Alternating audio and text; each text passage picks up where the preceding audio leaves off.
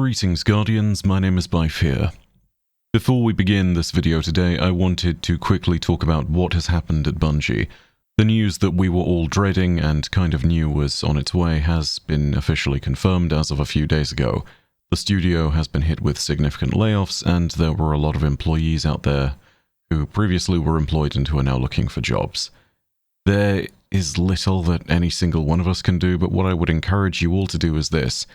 If there is a former Bungie employee that you see out there on socials who is looking for employment, please go ahead and amplify their search, amplify their reach. Retweets and likes are a start, but if you're someone in the game industry and you're looking to hire someone who has AAA experience, I implore you to look into those who have been laid off. The talent that is being lost by the studio and that has been squandered by Sony is truly remarkable here, and anyone who has been laid off would be an asset to you, your team, your studio, whatever it may be. My heart goes out to every single one of the employees who was laid off. You all deserved better. And just to really quickly blunt a little bit of critique constantly that I've been seeing online, no, people who have been laid off today did not deserve it. The blame is being laid, quite rightly, at the feet of Sony and Bungie's leadership. It is very much a thing to sit there and say Bungie as a pejorative. It's definitely a thing we all do. But Bungie's employees and Bungie's leadership are two different entities, and if you cannot realize that, then I'm very sorry that you cannot see through a more complex lens, because life is going to be difficult. That being said, I know that going forward things are going to be difficult for all of these employees, and my own personal word to them is this. A lot of what's being said right now, I imagine, is not helpful. There is a lot that is going to simply sound like empty platitudes. But where we can amplify your search and make the transition from one job to another easier, we will. And I sincerely hope that you do not need to wait a long time to find a place where your hard work is not only appreciated, but also well compensated, and that you don't have to look far for a place where you will be able to find work and support your families. And thank you as well for all of the hard work you've put into the universe that I have loved for the last 12 years. In this series of videos, I'm talking about the world of Destiny and the creatures, characters, and factions that inhabit it. In this moment of stillness, we can stop and see the world for the garden that it is, with the hope that one day it shall bloom once more. There is always a story that runs through all human cultures. The details shift, but the nature of the story is always the same. It is a cautionary tale about those who fall to corruption and suffer the consequences of their choices. Whilst in old times there were any number of tales that have been told throughout mythology, guardians of the lost city and the people they protect know their own version of this story in the post-collapse eras. They know this story well because they all know of the Dredgens. Individuals who have turned their back on the lost city and who have undergone profane rites to ascend into something entirely more menacing. Most Dredgens are dark guardians, but some, such as Dredgen Bael, are not guardians per se. They do not have ghosts. There is no spark of immortality within them. Technically speaking, there are no limitations on who can become a Dredgen, save for the requirement of the ambition to ascend into something sharper and free of what they might dictate as fallacy. The ritual to become a Dredgen is known as the Unmaking. It involves a process of accepting oblivion, of casting away one's self in pursuit of a new, acknowledged truth, and in the process, there is of course also the creation of a truly unquestionable evil, a terrible implement of dark power, a weapon of sorrow. The weapons of sorrow are an amalgam of humanity's mastery of war and the profane magics of the Hive. The original weapon of sorrow was created by the first Dredgen, the infamous Dredgen Yor. He slew a Hive Knight, the betrothed of a Hive Wizard called Xior, previously Xior the Betrothed, but in our time when we slew her for good, Xior the Unwed. When Dredgen Yor defeated her beloved, the great champion's bones were grafted to his hand cannon, a keep, a prize, a trophy of his victory over some terrible dark creature. His cannon was known as the Rose, but over time, The bones transformed and corrupted the rose, turning it into an infamous weapon known as the Thorn. As the bones transformed the rose, the whispers from the rose began to transform Dredgen Yor.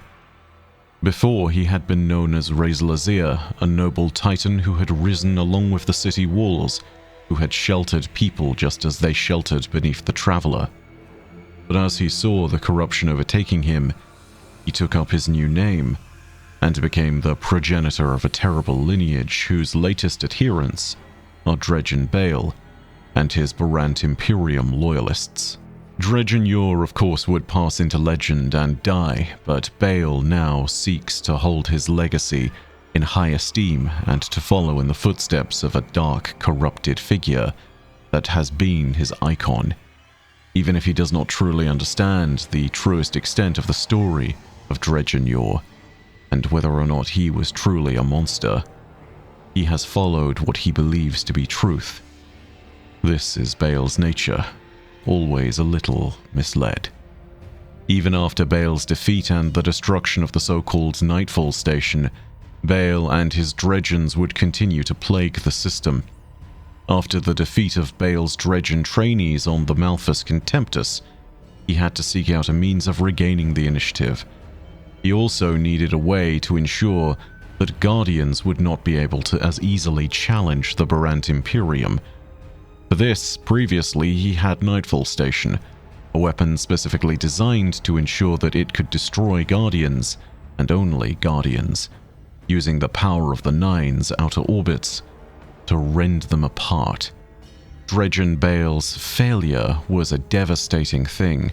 He had sought to bring the Dredgens into the modern era, but as humanity so often does, he failed.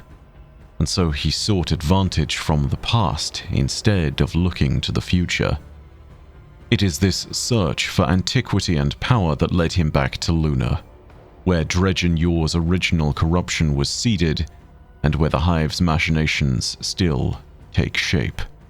However, there was one thing that Bael never counted on, namely that we had the exact tools needed to follow his trail and blunt his latest offensive before it even began. Our story truly begins with a routine operation within the Scarlet Keep.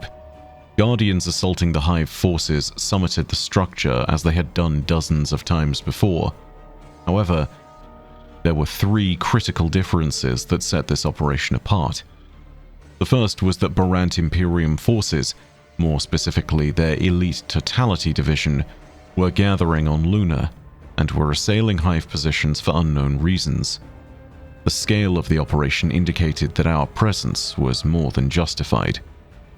The second was that there was a corresponding buildup of darkness-aligned energies on Luna. For something to peak these energies on the moon of all places is concerning indeed. Nezarek's pyramid, the Hellmouth, and the constant rituals of the Hive make for background readings that are generally steeped in darkness. The third and most important difference was the presence of weapons of sorrow within the fire team's arsenal. With these weapons in hand, a new series of Hive runes appeared in the circumference of the chamber at the very top of the Scarlet Keep. Destroying these runes with the weapons of sorrow opened up an as of yet undiscovered section of the Keep's summit. Within an alcove, in this gated-off area, there was a small room with a glowing green crystal. These crystals are not unknown to us. These are Soulfire crystals. Whenever you see a flame wielded by the Hive that holds to that suspicious, sickly green hue, or whenever you see them using crystals of the same color, you're likely dealing with Soulfire. This horrific creation is a power born from death and suffering, and the Hive have a great many uses for it. Following the trail of Soulfire energy signatures would lead us on a tour across the deeper reaches of Luna. We investigated key sites, including the Shrine of Oryx, Temple of Crota, and Chamber of Night, all deep within the Hellmouth, the great lunar fortress of the Hive. We also delved into the remnants of a former human installation commonly referred to as K1 Revelation, The old lunar AI known as Firewall was perhaps still watching on as we discovered there what we had discovered universally across the moon and its deeper sites. Totality Division sappers, who were also desperately trying to gain access to the outcroppings of Soulfire crystals. It appeared that their actions were intensifying, and that they were attempting to gain access to the deeper reaches of Luna. This made sense considering the increase in Dredgen-related comms traffic being tracked by Vanguard forces. What's more, the darkness energy readings across the moon were steadily rising as well. A tipping point was approaching. Agents of the Praxic Order made immediate moves to respond to the signal, but they were clearly one step behind their adversaries at this point. Bael and the Barant Imperium had swiftly set down foundations on the moon's surface.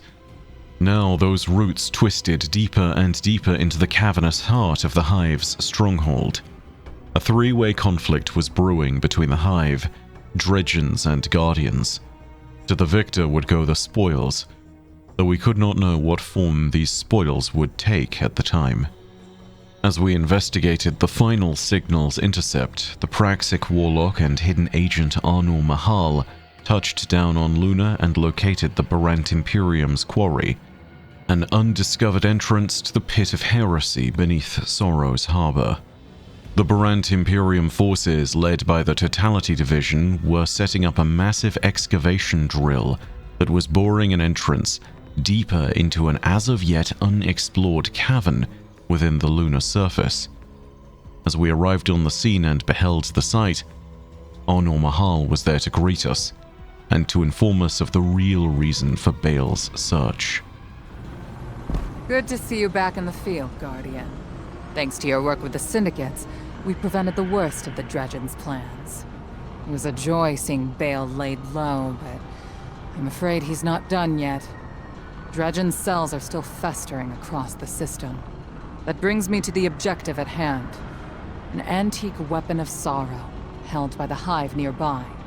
According to the Praxic archives, it belonged to an infamous Dredgen of old. An heirloom of sorts. They've got the syndicates out searching for ancient weapons, or the means to build new ones. Beat the syndicates to that weapon of sorrow, and keep it out of Dredgen hands. With your tenacity and my insight, we'll cleanse this system in Praxic fire. We set about the task of dismantling the Barant Imperium's operations, but Arnor Mahal wasn't the only one observing our mission. From the shadows, Dredgen Bael too observed our progress, and scolded us for the steps we took in service of the city. He was here not simply on a mission to regain the offensive. To him, this was almost a divine calling. It was certainly one that spoke to lineage, at least. He viewed the weapon of sorrow that he was hunting as more than just an implement of war. To Bael, it was an icon, a symbol of historical value to the Dredgens. It was cultural, a heritage of theirs that he had to claim. If only he understood the irony of his pursuit, he might have given up right there and then. To understand this, you need to understand Dredgen Cull.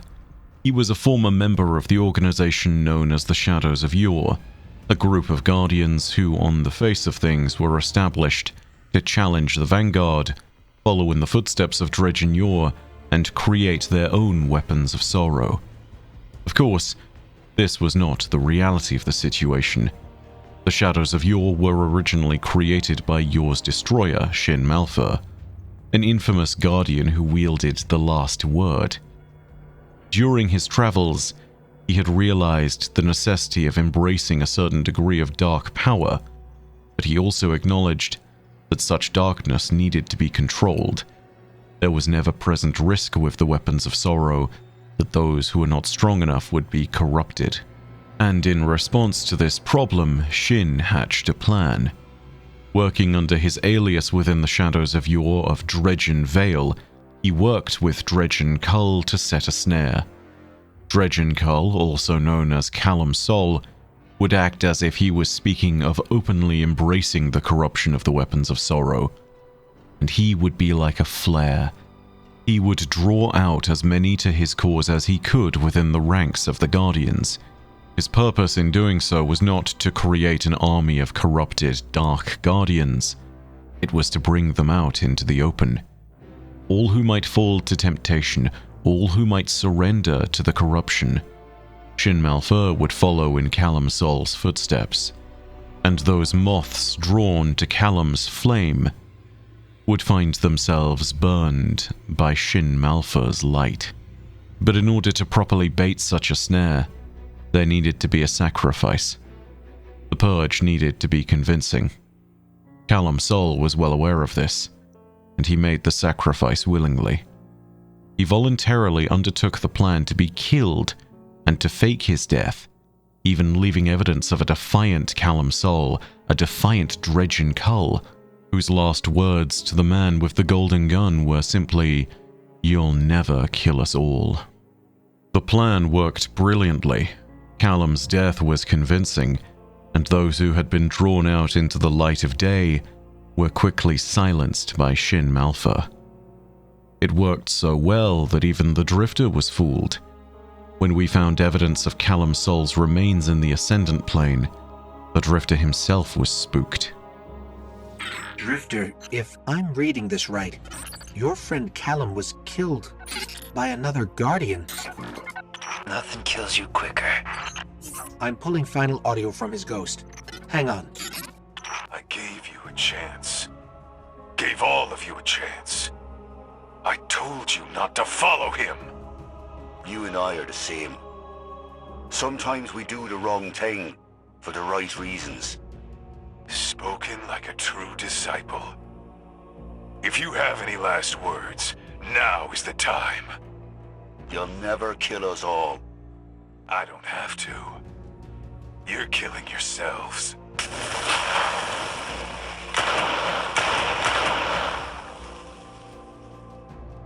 I think you have some explaining to do. Give me a minute, would you? I'm thinking. You owe us a little more than Glimmer for this. Shut up and bring me everything you found at that grave. You'll get paid.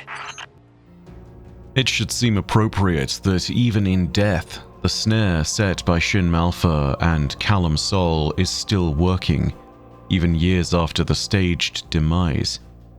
Bael has been working off of the assumption that Dredgen Cull was a great martyr for the cause of Dredgens everywhere.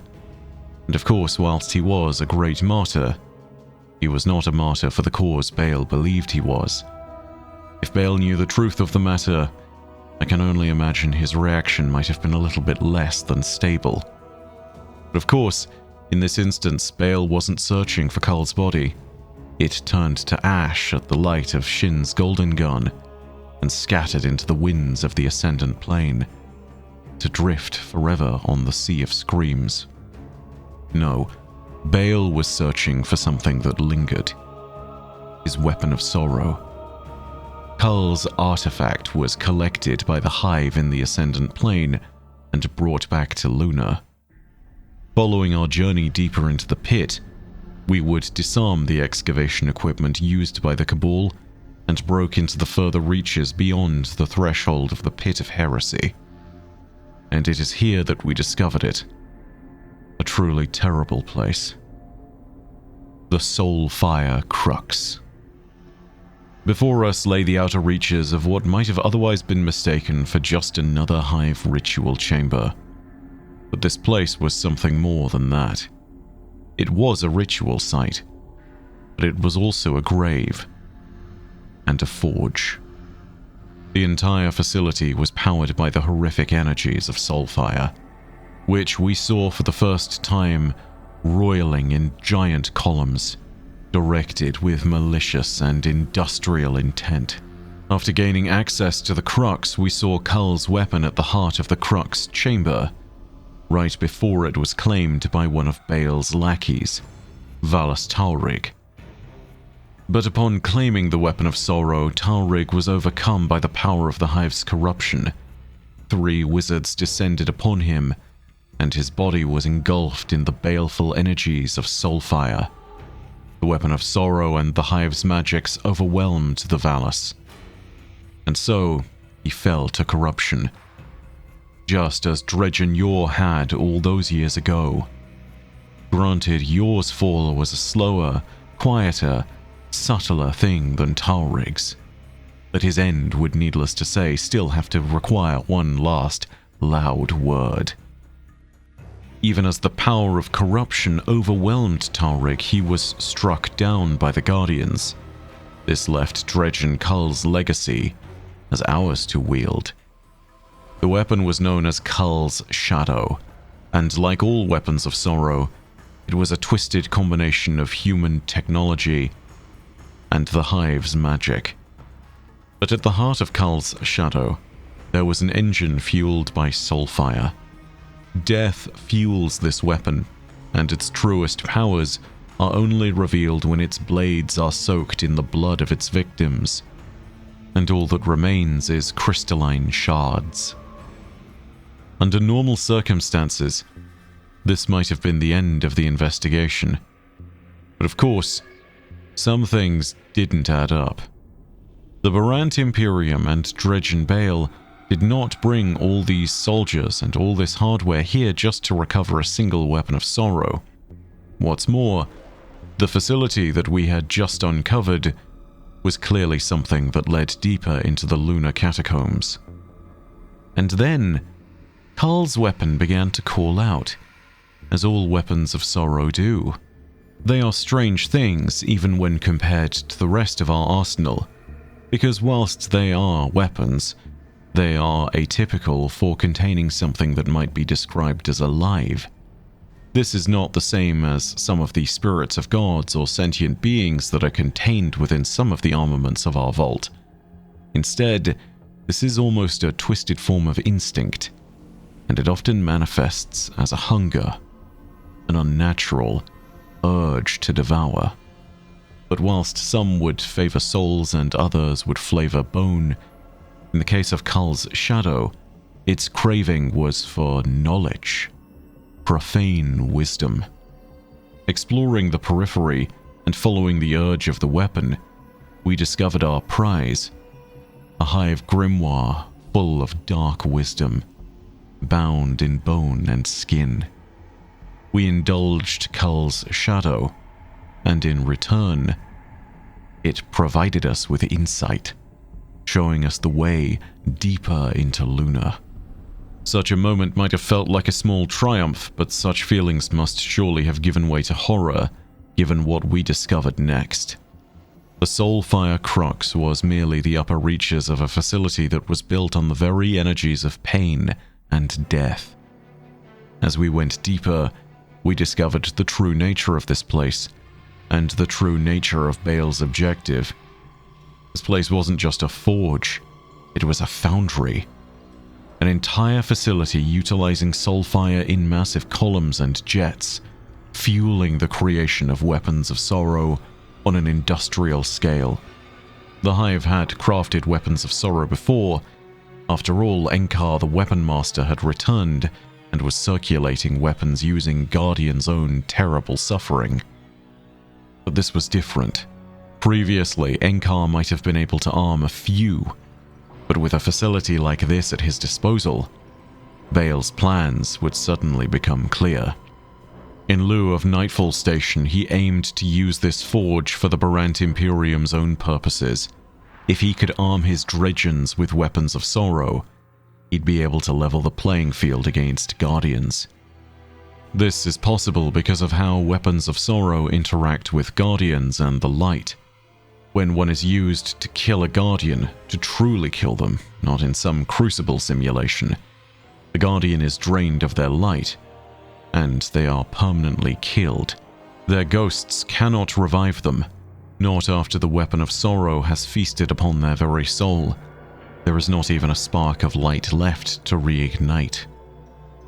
With this being Bael's plan, it was imperative for us to put a stop to this entire operation, and in the process, we would need to disarm the forge. But this operation was massive. Deeper scans of the fortress revealed that the entire facility was riddled with transmission works and storage chambers, like veins and arteries running through a corpse. Soulfire was being constantly moved throughout the facility, and was being stored in an enormous reservoir in its lower depths. The true extent of how much Soulfire had been gathered here would not become clear until we reached this most abyssal place within the facility. Suddenly it became clear that the Hive had gathered and were using so much Soulfire that they had refined it into its liquid form. It now flowed in vast rivers, to and fro between the chambers of the Foundry. It should perhaps be stated that for the Hive to have refined enough Soulfire to create their own river of death speaks to their cruelty, but for the dark energies to have only spiked and grown recently implies that there was more that only recently changed. And so the question still remained: what was the source of this Soulfire? What had given the Hive so much death? Whilst the reason for the rising dark energy signatures across Luna was not necessarily well explained, the means by which the Hive had gathered this much Soulfire would soon become all too clear. Still, further questions can be raised. Was this facility built long ago to harvest death from any who ventured to the moon in ages past? The House of Exiles were occupants on the moon for an extended period of time, and the Great Disaster might only have been made more profitable for the Hive if such a facility had been constructed to harness the death of so many Guardians. Of course, it's all possible, but it's hard to date Hive construction, and at the time being, it still didn't account for the more recent surge in activity deep within the Crux. Come hell or high water, Bael was pushing towards his objective. He was trying to ensure that all would come to pass and that he would have his Dredgen army. But the extent of his determination would only be discovered when we ventured deeper. It is here that we found possibly one of the more disturbing sights: Barrant bodies. Bael had been sending them to die, and the state in which they had been found was horrific. Within their suits, they were nothing but hollow shells. Their suits had been drained of the organogel that normally pressurizes Cabal bodies. More importantly, their bones had been ripped out from their extremities. The weapons of sorrow need frames. Those frames tend to be created from bone. Under most circumstances they are grown, but sometimes they can instead be harvested. Bael clearly needed more materials for his planned arsenal of sorrow. The lives of these Barrant were clearly just another part of the price. Pushing deeper into the Soulfire Crux brought us to yet another dark ritual site, and as we indulged Cull's shadow more, profane knowledge granted us ingress to yet deeper parts of the Foundry. The Crux and the reservoir of Soulfire that dominated it spilled out into yet deeper channels, like rivers carving paths down a mountain face. And thus the Soulfire Crux would eventually give way to the true heart of the facility, the place known as the Forge of Sorrow. And as we drew closer, there was something else. A terrible rhythmic reverberation that continually rang out through the forge, accompanied by distant, tortured screams. Like a bell calling those to worship, and the dark liturgy of a priest drowning in screams. It is here that we would be well served to speak of something that has been running alongside the entirety of this place: the profane worms discovered throughout the facility. These creatures are clearly the Hive worms that are ingested by the young of the Hive in that oh-so-ancient pact between them and their worm gods. But these worms are different. Their green hue might indicate that perhaps they have fed upon some of the baleful energies of the Soulfire within the facility. Each worm discovered leads to further opportunities for commentary from the Drifter and Arnor Mahal, and their conversations revealed to us that deep within the fortress, there was a darker secret still. Scans revealed that at the deepest heart of the facility there was a single ghost at the location where all the Soulfire coalesced, in the Forge of Sorrow. The ghost was idle, and did not make any attempt to call for aid. It also made no attempt to reply to the encrypted pings sent by Arnor Mahal. Stranger still, Arnor discovered that its energy signature was cycling every few minutes, pulses of light that could be continually read over and over. It was as if the ghost was continually reviving their guardian. Typically, this is an indication of a light bearer that is trapped, whose ghost is continually attempting to revive them, but is unable to extricate them from the terrible circumstances in which they find themselves. Such instances are not unheard of, but the ghost's refusal to reply was certainly strange indeed. With the same diligence that she is known for in all aspects of her work, Arnor Mahal set about searching, and she turned up a missing warlock, Claudia Moran. She had gone missing on Luna years ago, and she had been put on a Praxic watch list and was cited as a potential Dredgen. It should be noted for those concerned that the name Claudia Moran returns no search results when inputted to any Ishtar Collective database. It would therefore be safe to assume that there is nothing we know of her previous activities. Arnor suspected that Claudia might have been one of Bael's earliest recruits. Whilst this most certainly fits the time frame, it does raise the question of why he would allow a Lightbearer into his ranks. It was surmised that Claudia came to Luna to search for Dredgen Cull's missing weapon, and that she was likely trapped here within the facility, even as her ghost continually revived her. But clearly something wasn't adding up. The increase in Soulfire energy signatures, the appearance of the Soulfire network across the moon, and the subsequent increase in Hive activity that led the Barant Imperium to Luna all spoke to a terrible possibility. Something down there was fueling the Hive's forge. But Soulfire is created from the energies of death and suffering, and so for the forge to be running hot, there would need to be thousands of victims dying to feed it. And as we neared the final threshold, Arnor voiced her last grim theory. The theory that Claudia's ghost was deliberately resurrecting her over and over so that she could fuel the Forge of Sorrow. This would explain the continuous pulses of light that they had detected. The ghost was resurrecting her over and over and over without end. For a ghost to betray their guardian is not an unheard of thing. Catabases and Gilgamesh stand as an excellent testament to this, and show that a terrible place like the Glycon Volatus is a fertile ground for terror to be bred, and for alliances to fray.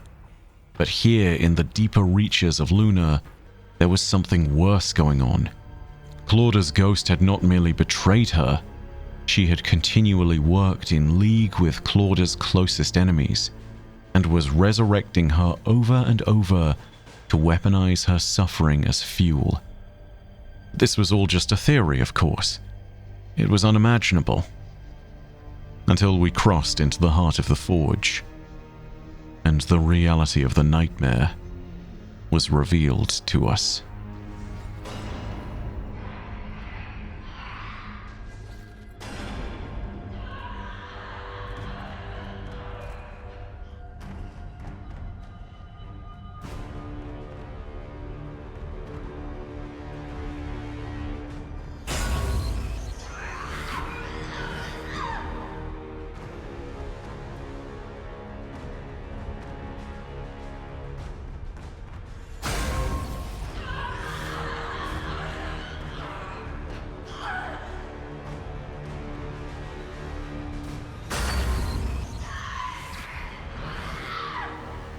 Arnor's theory proved true.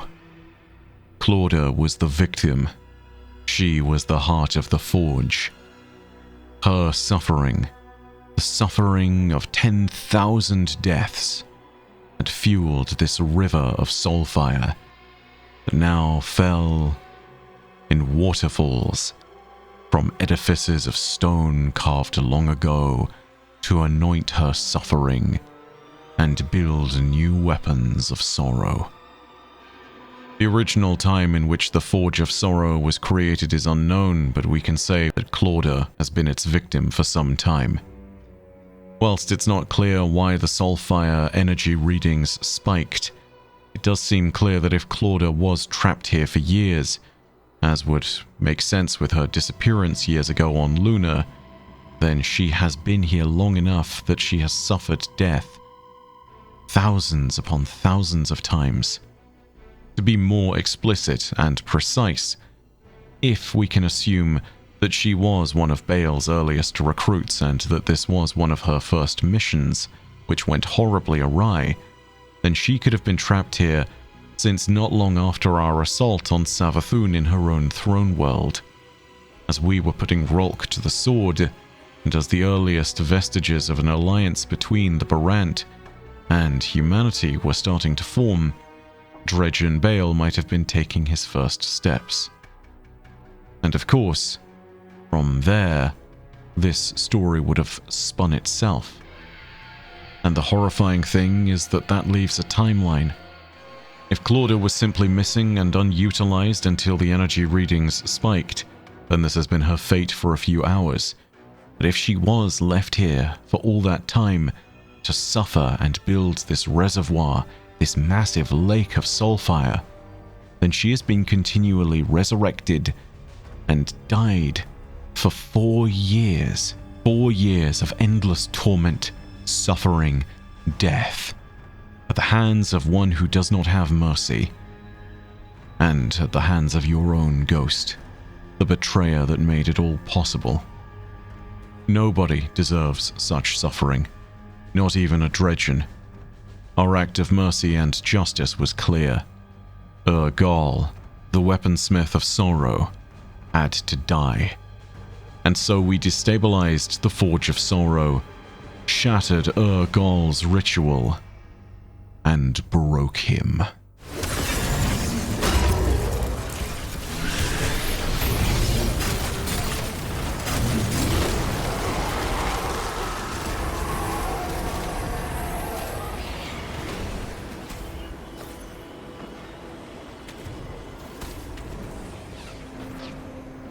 As the forge fell silent, we approached the body of the tortured warlock. Having endured years of torment, she instantly fell to the ground. Whether she was transmatted away by her ghost or simply died from the pure exhaustion of her torment isn't clear, but we can say definitively that her ghost escaped. We may never know what led to the ghost's betrayal of the Guardian, but with the Forge of Sorrow conquered, our journey into Luna's heart was complete. The Hive's malice was blunted, Bael's plans were thwarted, and Claudia could at last find a modicum of peace. And so all that remains is Cull's shadow, a weapon whose legacy was much like that of its master, to be a snare that baited the corrupt into the open, so that the light could work to vanquish them. In our hands, this fifth and final weapon of sorrow is the terminus point for the legacy of Dredgen Yor that has rent the system asunder for so long. It sits alongside all of its brothers and sisters as yet another chapter in that dark legacy. Alongside Thorn, the first, the infamous corruptor, Necrochasm, born of the calamity of the Great Disaster, the touch of malice, forged by Eris Morn's vengeance, and Osteostriga, the second child of Janna 14's insane obsession. But Cull's shadow carries perhaps that most important lesson of the weapons of sorrow, that such terrible power does not guarantee that their wielder is corrupted. So long as they are worthy and steadfast, they can hold against the terrible powers of the weapon of sorrow, and can use their power to enact good upon the system. Now that we have denied them to Dredgen Bael and his followers, we can rest a little easier, knowing that there will not so easily be a repeat of the massacre at Tharsis. But of course, for every story of a plan thwarted, there is the story of the ones who planned. And when we return to this tale, that is the story of Dredgen Bael, a story whose resolution is what we will explore next.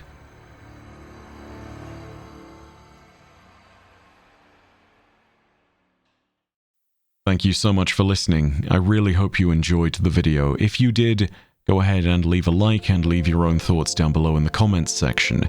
If you want more lore content from universes near and far, go ahead and hit subscribe. If you are so inclined, you can also support my content through Patreon. The names in the credits you're seeing on screen now are those who have decided to pledge their support at the Disciple tier. Thank you very much to them, and all my other supporters on Patreon, whether you are paid or free. But in the meantime, my name is Bife. Ad Astra et Ultra. I'll see you, Starside.